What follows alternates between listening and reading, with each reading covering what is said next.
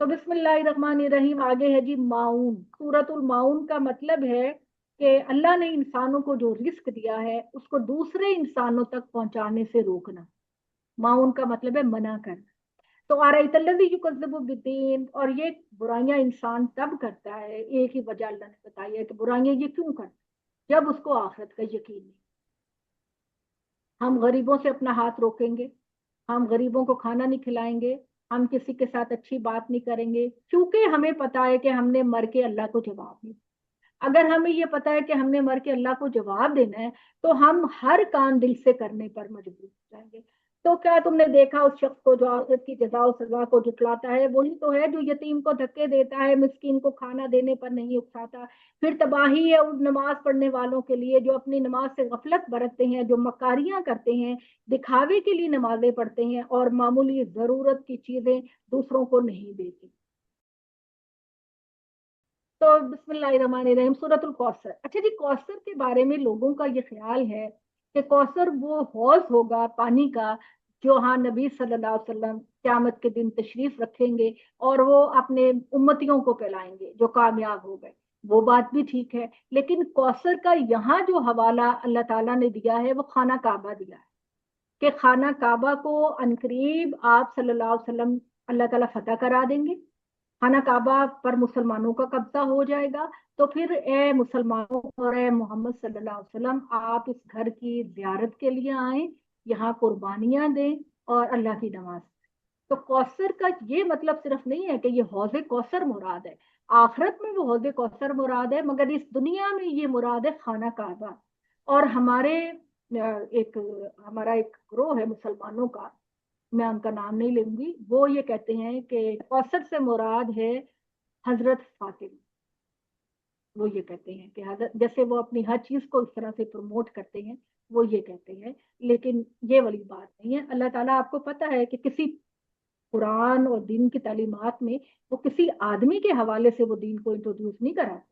اللہ تعالیٰ دین کو اپنے دین کے حوالے سے انٹروڈیوس کراتے ہیں، کسی شخصیت کے حوالے سے نہیں کراتے، سوائے اپنے پیغمبروں کو ذریعہ بناتے. پیغمبروں کو بھی ذریعہ بناتے ہیں، ان کی کسی چیز کو پروموٹ نہیں کرتے، جبکہ یہ لوگ ان کو پروموٹ کرتے. تو یہ جو انا اطعینا کل کوثر فصلی لربک ونہر، اتنا شانیہ کا ہو والا کہ ہم نے محمد صلی اللہ علیہ وسلم آپ کو کوثر عطا کر دی، یعنی خانہ کعبہ عطا کر دیا، چنانچہ اپنے رب کے نام کی قربانی کرو. کیونکہ وہ کیا کرتے تھے، عرب لوگ اپنے عمرہ کرتے تھے، حج کرتے تھے، اپنے گھروں سے مویشی جانور لے کے جاتے تھے. اور شروع زمانے میں یہ ہوتا تھا کہ جو جانور ذبح کرنا ہوتا تھا خانہ کعبہ کے اس کو بھی 7 چکر لگائے. تو تم اپنے رب کے نام کی قربانی کرو، اپنے رب کی کرو، بے شک آپ کا دشمن جو ہے وہ ہی ایسا ہوگا جو بے نسب ہوگا. وہ کہتے تھے کہ محمد کا بیٹا نہیں ہے تو محمد کا نام کون لے گا؟ تو اللہ نے کہا محمد کا نام تو قیامت تک رہے گا. ابو جہل اور ابو لہب تمہارے ناموں پر لعنت کی جائے گی اور تمہارا نام لینے کا کوئی نہیں ہوگا. سورہ کافرون ہے. کافرون ہے. بسم اللہ الرحمن جی بسم اللہ الرحمن الرحیم. یہاں اللہ تعالیٰ یہ بات کہہ رہے ہیں محمد صلی اللہ علیہ وسلم کو کہ آپ نے ان کافروں کی بات کو نہیں. وہ یہ کہتے ہیں کہ آپ لات منات عزا ہمارے بتوں کو صحیح کہیں، ان کی عبادت کریں، تب ہم آپ کے رب کی عبادت کریں گے. تو اے محمد صلی اللہ علیہ وآلہ وسلم، آپ نے ان کی بتوں کے سامنے ہرگز نہیں جھکنا، آپ نے ان کی عبادت نہیں کرنی، اور وہ بھی آپ کے رب کی عبادت نہیں کرتے تو نہ کریں. آپ نے ان کی عبادت نہیں کرنی اور آپ نے ایک اللہ کے دین پر رہنا ہے. تمہارے لیے خدا کا دین ہے اور ان کے لیے ان کا راستہ ہے.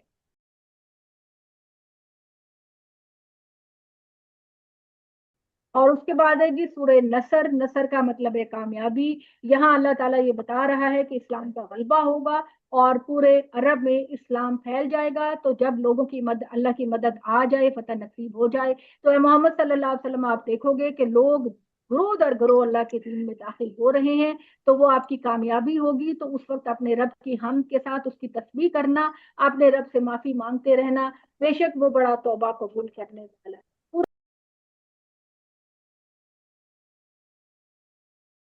لہب، ابو لہب جو تھے وہ ایک قریش کے بڑے لیڈر تھے، حضور صلی اللہ علیہ وسلم کے چچا تھے.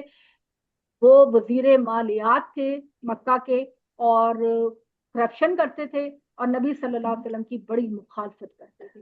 تو اللہ تعالیٰ نے جب جنگ بدر ہوئی تو اللہ تعالیٰ نے ساری لیڈرشپ کو مار دیا اس جنگ کے اندر. ابو لہب نہیں گیا تھا. تو اللہ تعالیٰ نے اس کے بارے میں یہ پیش گوئی کی کہ ان کا قریش کا لشکر واپس جانے سے پہلے پہلے ابو لہب کے دونوں ہاتھ ٹوٹ گئے, وہ نامراد ہو گیا, اور اس کا مال جو کچھ اس نے جمع کر کر کے رکھا تھا وہ اس کے کسی کام نہیں آیا. وہ شعلہ زن ہو کے آگ میں جائے گا, اور اس کے ساتھ جو ساتھی تھے لگائی بجھائی کرنے والی وہ بھی قیامت کے دن مونج کی رسی گھسیٹتی ہوئی اپنے ایندھن کو جمع کر. تو جو ابو لہب تھا اس کا یہ ہوا کہ اللہ تعالیٰ نے اس کو کوڑ کے مرض میں مبتلا کر دیا, اور وہ کوڑ کے مرض میں اس کے جسم میں کیڑے پڑ گئے, اور وہ جب وہ مرا تو اس کے بیٹے بھی اس کو ہاتھ لگانے کے لیے تیار, ہاتھ کو کیا لگانا, قریب پھٹکنے کے لیے بھی تیار نہیں تھے. تو انہوں نے غلاموں کو پیسے دیے جنہوں نے لکڑیوں کے ساتھ گھسیٹ کر اس کی لاش کو ایک گڑھے میں ڈالا.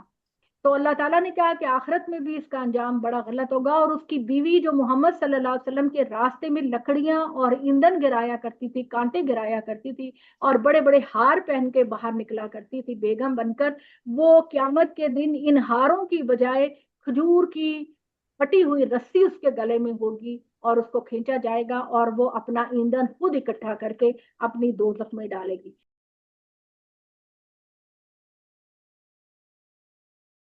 بسم اللہ الرحمن الرحیم. جی قرآن مجید کی سورہ اخلاص جس پر قرآن مجید کا مضمون مکمل ہو گیا. سورہ فاتحہ سے جو توحید کا میسج شروع ہوا اور پورے قرآن کے اندر توحید ہی کا میسج سنایا گیا وہ اس سورہ پر مکمل. اللہ کا پیغام مکمل ہو گیا. قل هو اللہ احد لم یلد ولم یولد ولم یکن له کفوا احد. کہہ دو اللہ ایک ہے, سارے کہیں اللہ ایک ہے, یکتا ہے, اللہ بے نیاز ہے, ہم سب اس کے محتاج ہیں, نہ اس کی کوئی اولاد ہے, نہ وہ کسی کی اولاد ہے, اور نہ ہی کوئی اس کی برابری کرنے والا ہے. یہ ہے اصل میسج اسلام. اگر آپ چاہتے ہیں کہ ہم اسلام پر کھڑے رہیں, دین پر کھڑے رہیں, اللہ کی خوشنودی ملے, تو اس میسج پر اپنی زندگی ساری گزار دیں. تو سورہ فاتحہ سے سورہ ناس تک قرآن مکمل ہو گیا.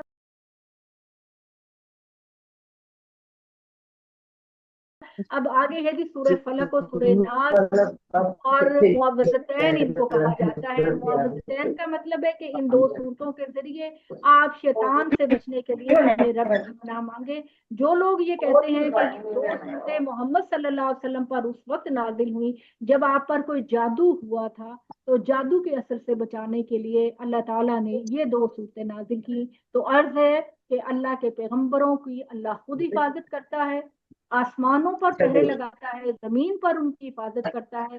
کوئی شر ان کے اندر داخل نہیں ہو سکتا, کوئی جادو ان پر اثر نہیں کر سکتا. اللہ ان کی براہ راست حفاظت کرتا ہے. اس چیز کی مثال پورے قرآن میں اللہ نے جگہ جگہ حضور صلی اللہ علیہ وسلم پر جادو محض ایک افسانہ ہے. اور یہ جو دو صورتیں ہیں یہ اس وجہ سے نازل ہوئی کہ سورہ اخلاص پر اللہ کا میسج کمپلیٹ ہو. اب اس میسج پر ہم نے قائم رہنا ہے. شیطان وسوسے ڈالے گا, شیطان بہکائے گا, مس گائیڈ کرنے کی کوشش کرے گا, پریشان کرنے کی کوشش کرے گا. اب شیطان کے وسوسوں سے بچنے کے لیے اللہ تعالیٰ نے ہمیں یہ دو صورتیں بتائیں کہ کسی کی نظر سے بچنا ہے, کسی کے برے کلمات سے بچنا ہے, کسی شر سے بچنا ہے, شیطان کے حملوں سے بچنا ہے, تو یہ دو صورتیں پڑھیں گے تو آپ ہر شر سے بچ جائیں گے.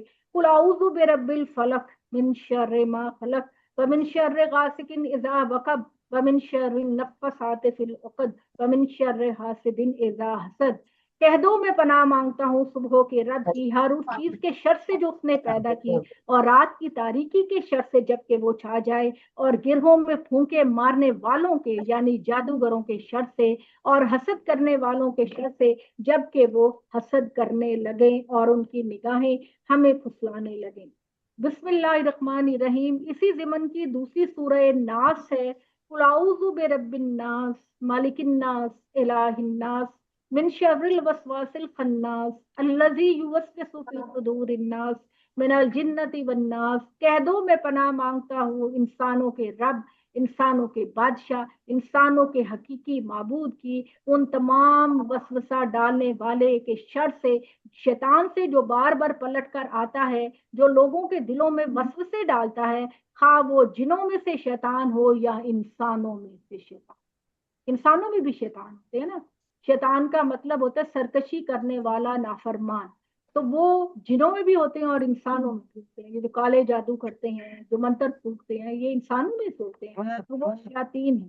تو یہ ہمیں گمراہ کرنے کی کوشش کریں گے، یہ راہ ہدایت سے ہٹانے کی کوشش کریں گے۔ شیطان جس نے اللہ سے چیلنج کیا تھا کہ تو مجھے قیامت تک مہلت دے، کہ جس انسان کی وجہ سے تو نے مجھے اپنی قربت سے دور کیا، اسی انسان کو میں گمراہ کر سکوں، ٹھیک ہے، تو وہ ہمیں گمراہ کرنے کی کوشش کرے گا، مگر ہم نے اللہ کی پناہ لینی ہے۔ اور جب ہم سورہ فلق پڑھتے ہیں، سورہ ناس پڑھتے ہیں، آیت الکرسی پڑھتے ہیں دل کے ساتھ، اللہ تعالیٰ ہر ایک چیز سے ہماری حفاظت کرے۔ اقول قولی ھذا واستغفر اللہ لی ولکم ولسائر المسلمین۔ ہاں جی